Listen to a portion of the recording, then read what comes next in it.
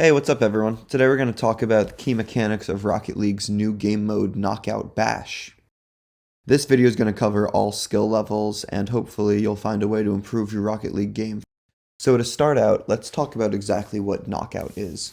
This mode is a Street Fighter mode very similar to Super Smash Bros. You have 3 stocks or 3 lives and your goal is to be the last one standing compared to everyone else in your lobby.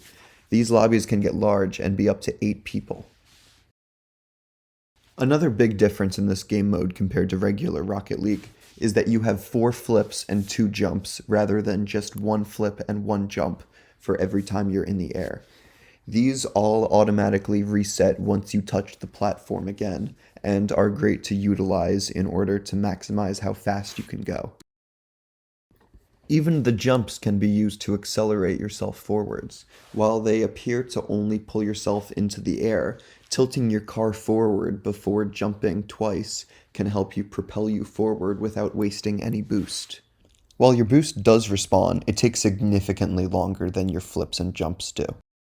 The second you touch the platform, all of your flips and jumps come back to you. However, it takes about 5 seconds for your boost to fully go from 0 to 100. Because of this, it's important to save your boost as much as possible when in the air, and utilize your jumps and flips to propel yourself forward. Now let's go over the basic mechanics for how to play this game mode. There are 3 actions you can take when you want to engage with another player. It follows a rock, paper, scissors type structure. You can attack, which beats grabs. You can grab, which beats blocks. And you can block, which beats attacks. And if you and your opponent both do the same move to each other, you both become stunned for about a second. Knockout currently has 3 maps: Quadron, Carbon, and Calavera. All 3 of these maps consist of platforms that are surrounded by lava. If you end up touching this lava or the spikes that are throughout the map, then you're knocked out and lose a life. Later in this video, I will go into more depth on these 3 maps and about what attributes they each have and how to take advantage of them. But first, let's go into basic overall strategy for this game. The number 1 tip I would give to everyone in this mode is to stay moving throughout the entire game, especially the first half. Since these maps start off with 7 other opponents, it is very difficult to know where everyone in the map is. This leads to a lot of vulnerabilities for your character. Without knowing where all of the other characters are, you will not know if someone is targeting you or is trying to attack you. Because of this, you should stay moving and be a difficult target for anyone to catch. Continuously moving also makes you more of a threat on offense. If you are fast enough to get to an opponent before they realize that you're there, they won't have time to counter you before you get a move off on them. Let's go into more detail about how to efficiently use grabs. I won't go into too much specifics on key bindings for this mode, however it's important to note that for console, the left trigger is how to grab. You can tell you have executed a grab when there is blue plasma around the direction you are flipping. When you successfully grab an opponent, the best way to knock them out is to either throw them into the lava or into the spikes. When you throw an opponent down into the lava, it's known as spiking them. The best way to ensure that a spike on an opponent is going to work is to be low to the ground when you execute it. One way to ensure that you will be low to the ground when you execute a spike is to grab someone on the wall. Another very important aspect to spiking is the angle at which you throw them. If you're able to throw your opponent at a 90-degree angle and straight down, then you can maximize the power you throw them with. Because of this, I almost always prefer backwards spiking, which is where you backflip to spike them since your car is already facing the opposite direction. And remember, you have 4 flips you can use until you touch the platform again. This means that if your first grab attempt does not work, it does not mean you need to give up and instantly go back to the platform, but you can try a few times to grab them until you get it off. Now let's talk about defense and how to recover. If an opponent successfully blocks, grabs, or attacks you, you are stunned for a few seconds during that move. This means you cannot move your vehicle. Anytime you are hit or blocked successfully, you will likely go flying far from the map. This is when it comes in handy to have 4 flips and 2 jumps available. Regardless of however much boost you might have, use these flips and jumps to propel yourself back towards the platform. Other players may try to attack you while you're recovering from this, however, so it is suggested to save at least 1 flip towards the end in case you need to battle with someone else while in the air. In order to recover from a spike, one of the greatest things you can do is backflip.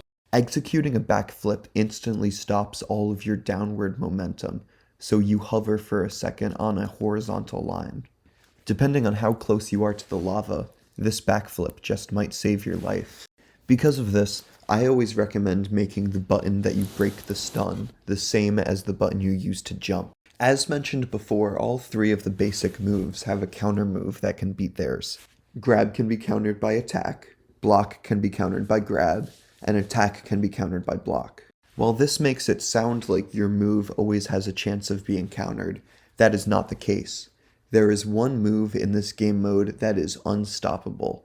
That move is grabbing someone from behind. If someone attacks you while you're trying to grab them, they will win that encounter. However, you cannot attack your backspace, as flipping backwards causes a backflip, which is blocking.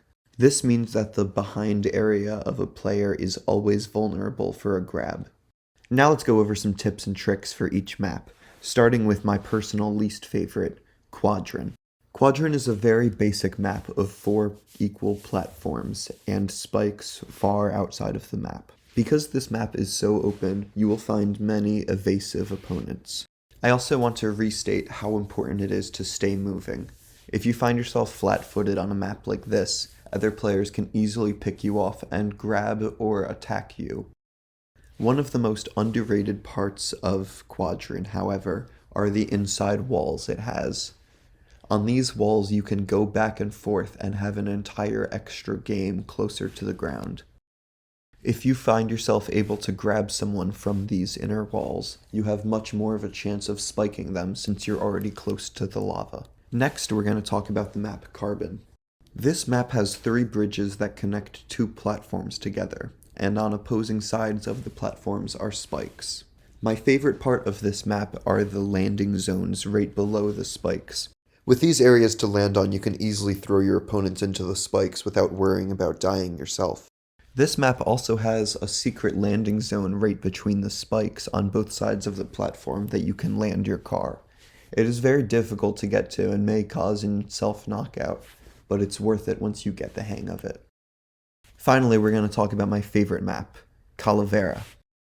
This map has spikes all over the place to throw opponents. On this map, get used to throwing opponents into the spikes within the platform itself. It is a difficult task to get started with, but once you get the hang of it, it's very rewarding.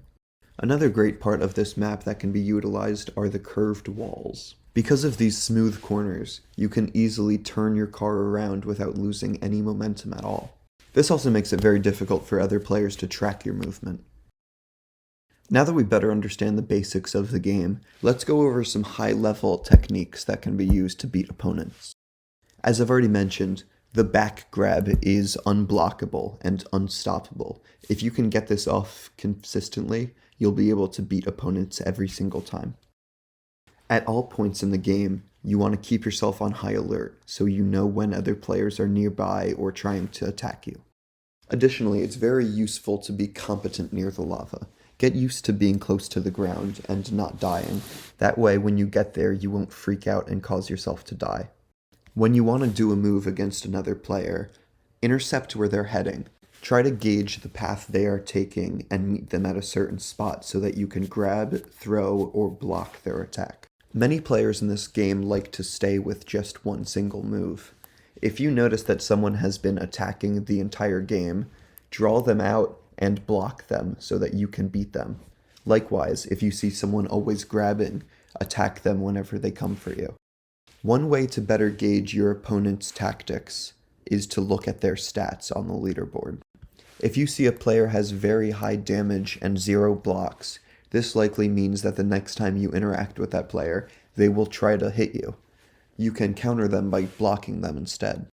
This advice goes for yourself as well. You do not want to be the person that is easily readable, so change up your strats every single time. If someone sees your pattern and knows that you're always going to do one move, they can easily counter you. With these tips in mind, the best thing you can do to improve your game would be to practice. Simply go into lobbies and play around.